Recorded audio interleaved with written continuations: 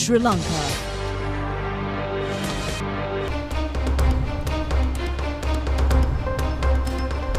வணக்கம். இலங்கையில் பல விருதுகளை வென்ற முன்னோடி அலைவரிசையின் இரவு 7 மணி தேசிய தொலைக்காட்சியின் பிரதான தமிழ் செய்தி ஒலிபரப்போடு இணைந்திருக்கும் நாம் ரஞ்சனி பத்மநாதன். ஏபிஎன் நிஸ்ரின்.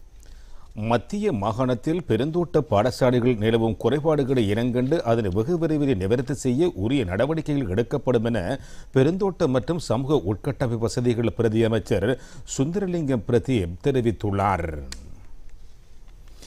மத்திய மாகாண ஆளுநர் அலுவலகத்தில் இடம்பெற்ற விசேட கலந்துரையாடல் ஒன்றின் போது அவர் இதனை குறிப்பிட்டார். பெருந்தோட்ட பாடசாலைகள் நிலவி வரும் குறைபாடுகள் தொடர்பாக ஆராய்வது நோக்கமாக கொண்ட இந்த கலந்துரையாடல் மத்திய மாகாண ஆளுநர் பேராசிரியர் SBS அபயகோன் மற்றும் பிரதி அமைச்சர் சுந்தரலிங்கம் பிரதீப் ஆகியோரின் தலைமையில் நடைபெற்றது.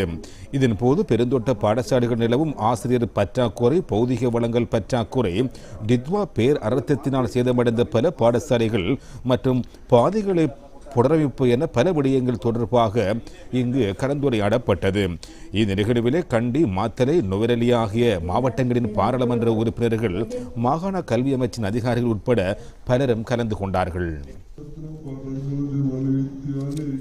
பெருந்தோட்ட பாடசாலைகளிலே நீண்ட காலமாக நிலவி வரும் ஆசிரியர் பற்றாக்குறை, அதே போல வள பற்றாக்குறை, அண்மையிலே டித்வா புயலினால் பாதிக்கப்பட்ட பாடசாலைகளுக்கு எவ்வாறு அடுத்த கட்ட நகர்வை நோக்கி நாங்கள் முன்னோக்கி செல்வது தொடர்பாக மிக நீண்ட கலந்துரையாடல் இடம்பெற்றது. பாடசாலைகளிலே தற்பொழுது தூர பிரதேச ஆசிரியர்களும் போக்குவரத்து இன்று உங்களுக்கு தெரியும், பல பாடசாலைகளுக்கு செல்ல முடியாத நிலை இருக்கிறது. காரணம், அந்த பாதைகள் மிகவும் கரடுமுரடாக காணப்படுவதனால் அங்கு பேருந்து வசதியும் இல்லை. எனவே ஆசிரியர்கள், மாணவர்கள் அந்த பாடசாலைக்கு செல்வது மிகவும் கஷ்டமாக இருக்கிறது. எனவே இந்த பாடசாலைகளுக்கு எவ்வாறு வெகு விரைவிலே பாதைகளை சீரமைப்பது தொடர்பாகவும் கலந்துரையாடப்பட்டது. அதே போல ஆசிரியருடைய பயிற்சி, மாணவர்களுக்கான பயிற்சிகள், ஒவ்வொரு மாவட்டத்திலும் விளையாட்டை ஊக்குவிப்பதற்கான சகல வசதி கொள்ள விளையாட்டு பாடசாலைகளை மாணவர்களுக்கு எப்படி உருவாக்குவது என்ற பல்வேறுபட்ட விடயங்கள் கலந்துரையாடப்பட்டன. எனவே நாங்கள் இது தொடர்பாக இனிவரும் காலங்களிலும் தொடர்ச்சியாக பேச்சுவார்த்தை ஈடுபட்டு இனங்காணப்பட்ட குறைகளை நிவர்த்தி செய்வதற்கு நாங்கள் நிச்சயமாக நடவடிக்கை